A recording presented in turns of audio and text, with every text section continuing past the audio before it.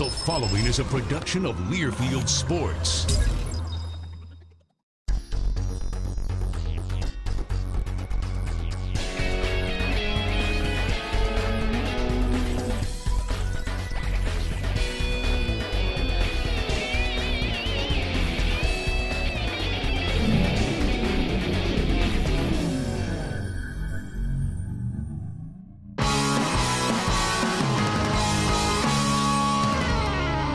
Welcome to Spartan Sports Report. I'm Justin Allegri. San Jose State football 2-3 following their road loss at Auburn 35-21. We'll recap that game with San Jose State head coach Ron Carriger, and we'll preview the UNLV game coming up this weekend. We'll also look at some of the wins this weekend for San Jose State athletics in soccer and volleyball. But first, let's go back to the highlights from Jordan-Hare Stadium.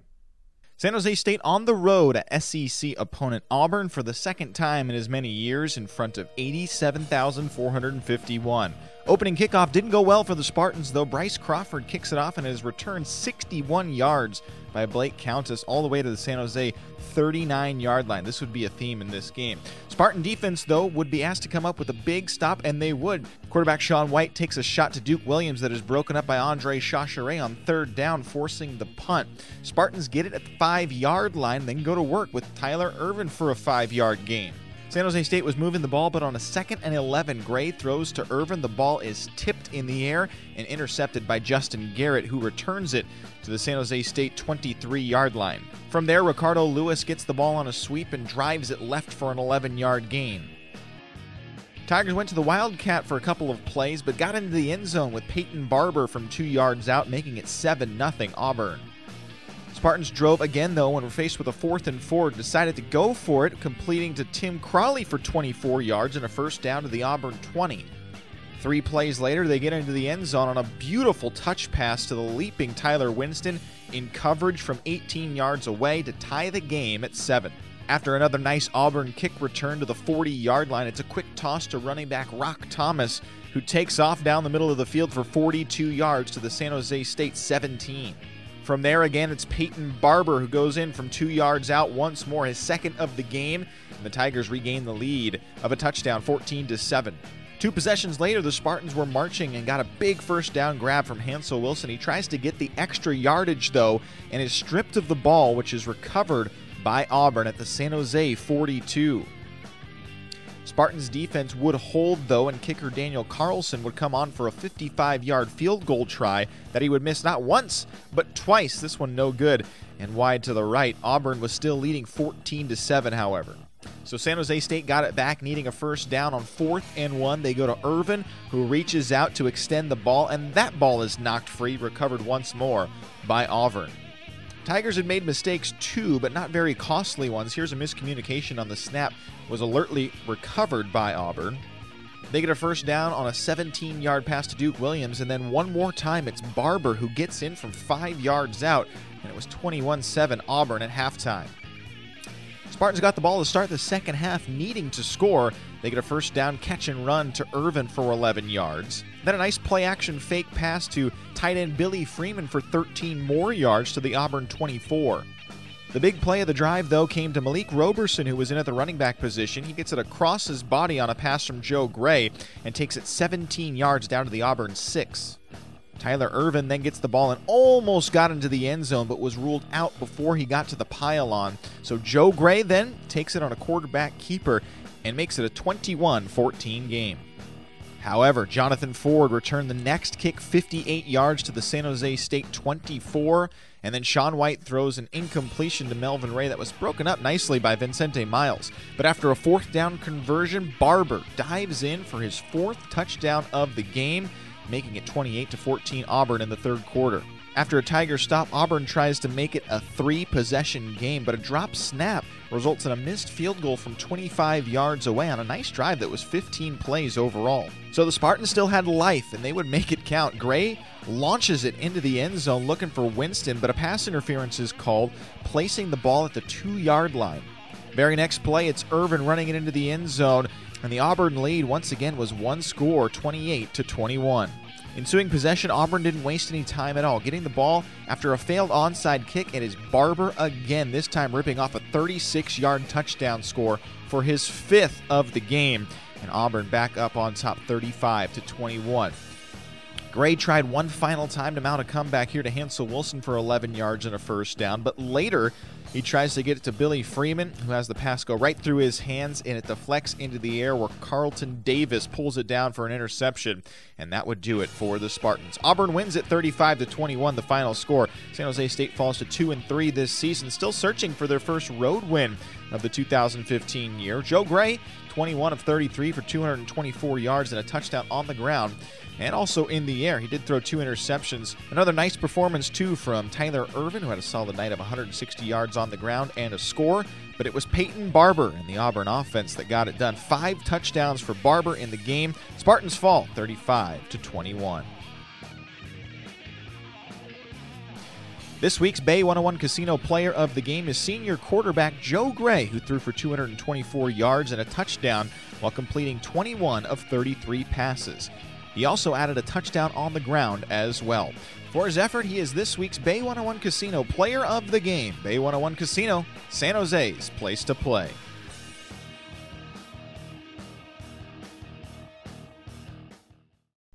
We'll take our first break here on Spartan Sports Report. When we return, we'll look at some of the scores from volleyball and soccer over the weekend. More to come on Spartan Sports Report when we return. With millions of businesses all in one place, the YP app can help you do pretty much anything. But can it get you to the moon? You'll need a space helmet. YP can do that. You'll need the highest rated hardware stores. Check. YP even has a cheap gas finder, which is perfect for longer trips. The even more powerful, so much more than a search engine Yellow Pages. YP can do that.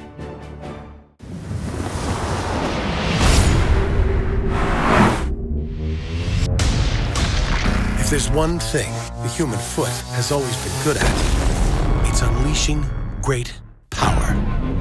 Introducing the 241 horsepower Lexus IS 200 Turbo with almost 20% more base horsepower. The IS Performance line has never been more powerful. See your Northern California Lexus dealer.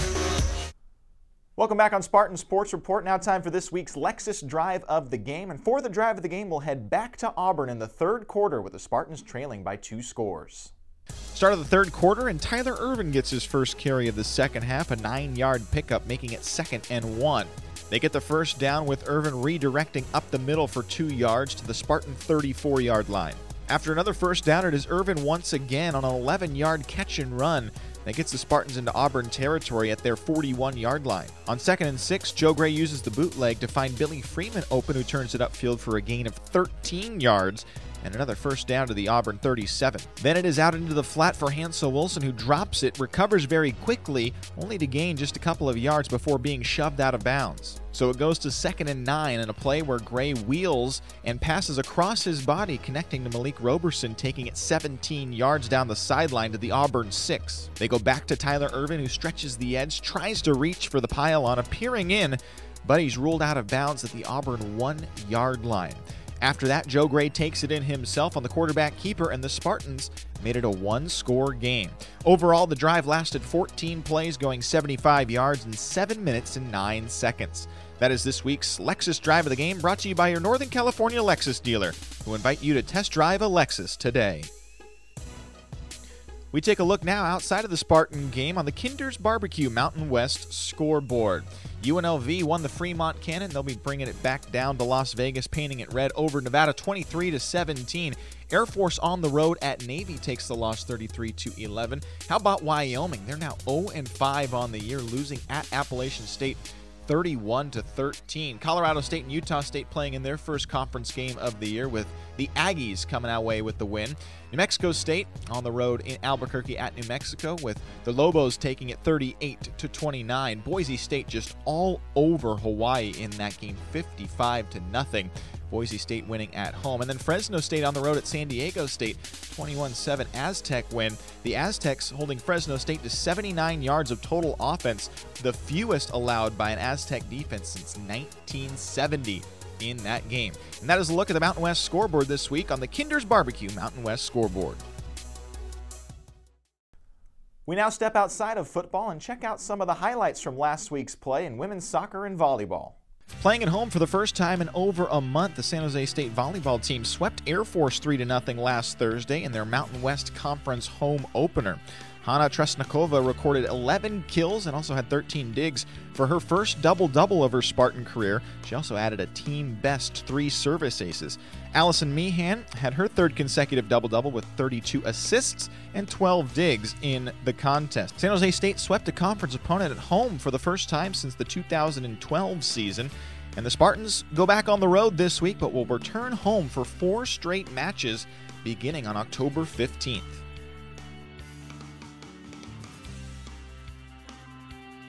San Jose State women's soccer also got a win in their Mountain West Conference home opener last Friday. A marathon game that ended up going into overtime where San Jose State's Maria Wathan Mayorga headed in the goal in the 99th minute to defeat Boise State 2-1. It was the Spartans' first win at home in 2015 and put them at 3-0 to start off conference play. Veronica Chung also scored a goal for the Spartans, who outshot Boise State 13-4. Now they will also hit the road this week and next week before finishing off the regular season at home for 3 matches starting on October 23rd. We'll take another break here on Spartan Sports Report. When we return, Coach Carragher will be in studio to talk about the Auburn game. More to come when we return. The Learfield Sports Directors Cup honors the nation's best overall collegiate athletic program in each division, men's and women's sports.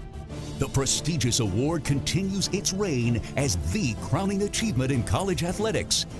To follow your favorite team, like us on Facebook.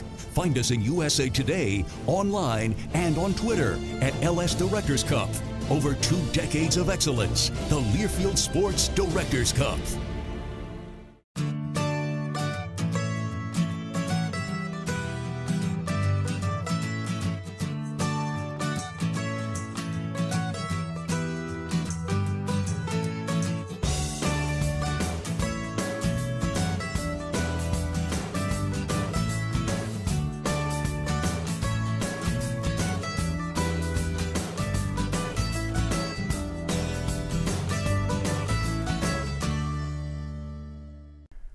Welcome back on Spartan Sports Report. Now talking with San Jose State head coach Ron Carragher. And coach, a 35-21 loss to an SEC team on the road. Mistakes obviously in that game, but this team battled against Auburn. We did. I was proud of the competition, how we worked in the trenches and battled and competed, and I think that's something we can build momentum off of. The last couple of weeks we've really been a physical football team, and it's helped our rushing game and helped us up front on defense, whether putting pressure on the quarterback or limiting the opponent's run game. And so I'm very encouraged moving forward. Does this give you an idea of how much the team has really improved and matured maybe over the course of a year? Because last year when the Spartans went to Auburn, granted a different Auburn team, different San Jose State team, it wasn't nearly as close. And this year they really did fight. Yeah, most definitely. I like, you could use a barometer of how much we have improved, I think, from last year, a year ago. And I was encouraged. We competed, like I said. And I think that going to a hostile environment like that, big crowd, big stadium, big scoreboard, all the above, right? That I think our guys were able to be, just a notch or 2 up on the maturity level of being able to handle that and being able to play our game. I don't think that we let the crowd enter into and affect us. I think we played pretty solid. The message to the team after the game, because it was a winnable game, barring some mistakes. Yeah, definitely. The message was, let's learn from these mistakes to help us in conference play. And what were those mistakes to learn from? 4-0, 4 turnovers we gave up, collecting 0 from them. You're not going to win many football games with that lopsided of turnover margin. And then secondly, field position. We cannot continue to give our opponents good field position. And a lot of that comes, some of those are turnover induced, but some of them also are kickoff coverage induced. And so we need to do a better job of on the kickoff coverage unit in particular. Let's talk about turnovers first, because they were costly, but the 2 interceptions really, you could throw those 2 passes again and they both get caught. It was seeming like that the turnovers, although costly, 3 of them probably were just efforts or just ball bouncing the way of Auburn. Yes, I don't see a continuing trend necessarily in turnovers. I think 2 of the fumbles came on converted fourth down attempts, and one Hansel had caught the ball and had been got hit, and 3 defenders merged, and he was getting driven backwards, and the ball came out, and that's unfortunate. And then Tyler Irvin on a 4th and 1 had jumped over.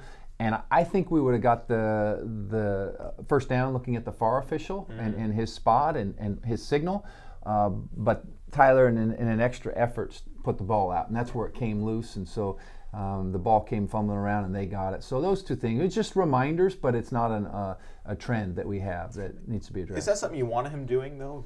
Extending that ball even in that situation? I mean, you have to get the yardage. It's one of those only if. Only if you get the touchdown, you get the first down, but only if you don't fumble it, you know. And you sometimes see those great plays, that extra effort to reach over the pylon and get the touchdown. And that's a great play, but never at the expense of losing the football, because you're in such a good field position, knocking on the door, that you get another down to be able to punch it in. Well, defense played well, came up with some big stops. Just overall, your thought on the defense, because this is a very good running team in Auburn, and for the most part, limited at times. And I know in the 4th quarter they started to really run the ball effectively, but for the most part, thought the defense played well. I agree. They played hard, physical, and I think we stayed with them. And that's a tough offense to be able to gauge from what they do. They have good athletes, and I know they're not perfectly clicking like they were all synced up a year ago with their talent, but they do have players. They do have good talent in that program. I thought our guys did a real good job recognizing blitz, recognizing formations, shifts, staying true to their gap, being disciplined, and I think I was very encouraged with the defense. And if you take out the short fields, you really wonder what the final score could have been. If we didn't give them a couple times, 14 points were off of turnovers that they got. So we need to clean that up, and I know we will. Well, talk about the special teams play and the kicking just in general. I mean, we've talked about it, but again, it glared its ugly head. Yeah, it did. I think going through all of them, punt was solid. We only had to do it one time, and Michael got a nice punt, so they fair caught it. Punt return was solid. We didn't have that come up very much, one time, I believe. I'm mixing it up. But the kickoff coverage was the one in particular that stood out. And really what that is we've got to be able to break off blocks. You got to be able to strike the opponent, shed the blocker, come off and make the tackle. And there were some with our players in position to make the tackle, and nevertheless didn't come through and get that tackle. And sometimes you only have 1 or 2 shots, but you got to be able to bring them down. Now, did that kind of force your hand in terms of going for that onside kick with 5-something left to go in the game? It did. I figured in my head, and a little sarcastic in my head, what's the difference? Yeah, exactly. They've returned it far anyways. Plus, it's either that or roll the dice that you're going to 3 and out them and force them to punt from a position. And what position would that have been, the way we were covering? So I thought, hey, we're going to have to stop them one way or another, even if they recover it 5 minutes, or we hold them and we score and we onside kick with maybe a minute left or so. I think it's going to come sooner or later. Let's do it. Let's go for it. And we had a little chance. The ball got through the first line guy, and that's what you want to do. You get through and you have a guy in position that slips through and makes the recovery. And so didn't quite get it, but you know what? We tried. We went down swinging. Yeah. Well, Coach, it is difficult to go to an SEC caliber team and an SEC opponent, but the first and foremost thing, you hope you don't get injured. How is the team after that? I know Christian Tago was out in the 4th quarter. Correct. We came out pretty solid. Christian Tago did sustain an injury, but I think that's day to day. Let's see where he's at, because he is one of the leaders of our team. We'll assess where he's at here as the week goes on. But all in all, it came out pretty good, because we've talked about it before, Justin. Games like that, you can really have an impact, a negative impact on the rest of your season if you lose some key players and it really hinders you down the road. But all in all, I credit our strength conditioning staff and Coach Gary Uribe is doing a great job with the guys. I think our team's in good shape, and we're doing pretty good in that area. All right, we'll take a quick break with Coach Carragher and talk UNLV when we return on Spartan Sports Report. Come enjoy a California-grown experience at Una Mas Mexican Grill. From our local produce and freshest ingredients to our unique authentic Mexican dishes and salsa bar, Una Mas truly is California-grown. Since the first Una Mas opened in San Jose over 20 years ago, we've worked hard to use the freshest local ingredients to make the dishes you love. Because when we care this much about our food, everything is going to taste better, naturally. Una Mas Mexican Grill. We taste better.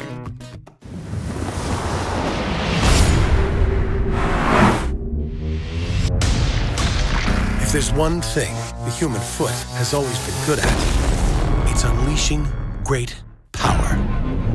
Introducing the 241 horsepower Lexus IS 200 Turbo with almost 20% more base horsepower. The IS Performance line has never been more powerful. See your Northern California Lexus dealer. Welcome back on Spartan Sports Report, continuing to talk with San Jose State head coach Ron Carragher as we re-enter conference play here, Coach. A UNLV team that got a little push, and I think they needed one against Nevada. Got the Fremont Cannon back in painted red.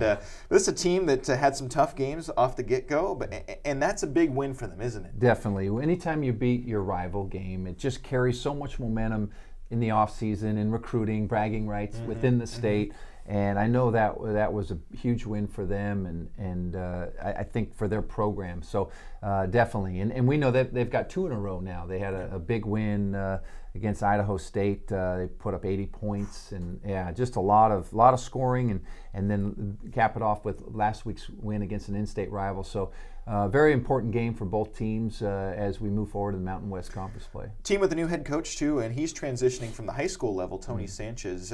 What can you tell us about him, and how has he started to evolve the program? Yeah, I go back. I recruited a quarterback from Tony when I was at University of San Diego, and so I've known him then. Class guy, and has done a great job at the high school level, and is doing building a foundation here for his program at UNLV. So we know they're going to be good. They have some outstanding coaches on their staff, and they have some good players, so we know they'll be a very good opponent. And also one of the only teams that was returning a starting quarterback from a year ago in the Mountain West Conference, Blake Decker. No, he took an injury in Nevada. Don't know what his status is for this game, but tell us about Decker and how he's improved, because he's a run or throw type of guy. He is. He's an athletic quarterback. We saw some of that last year, and he looks to have improved significantly from his play last year, and probably some of that's familiarity and getting that experience under your belt, but he can throw the ball. He's made some nice deep throws early in the season, throughout the season. He's got some good receivers to throw to, but he can also tuck it and run it, so he's a good all-around quarterback, and you're right, there's not a lot of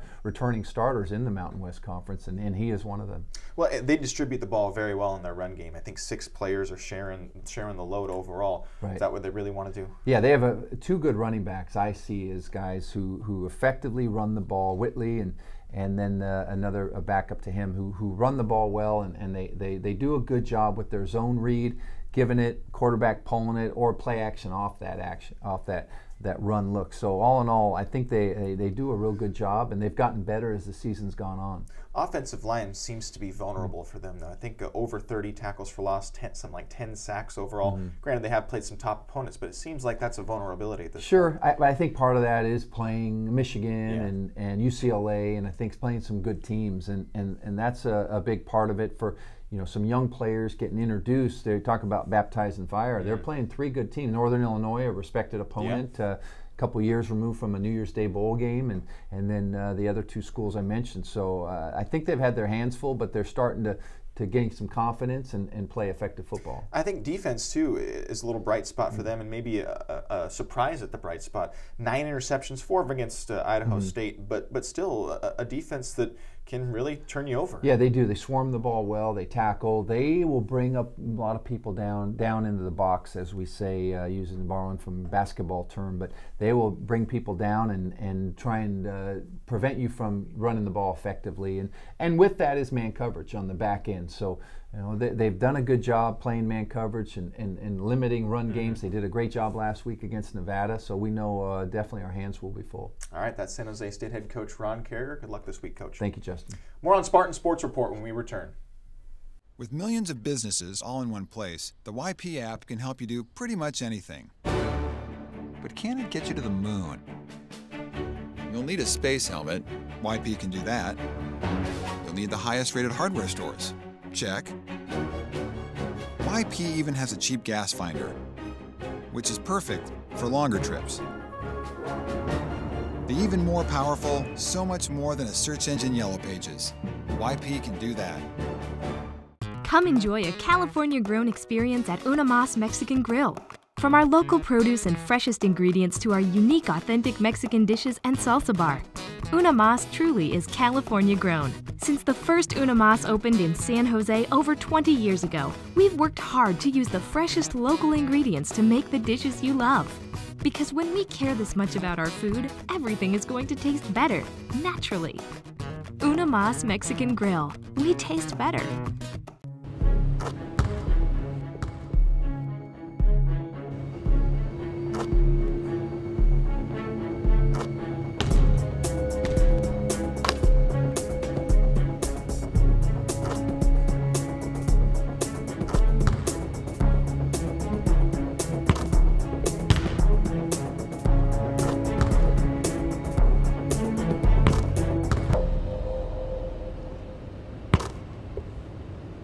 Welcome back on Spartan Sports Report. That does it for this week's episode. San Jose State on the road once more at UNLV this Saturday, October 10th.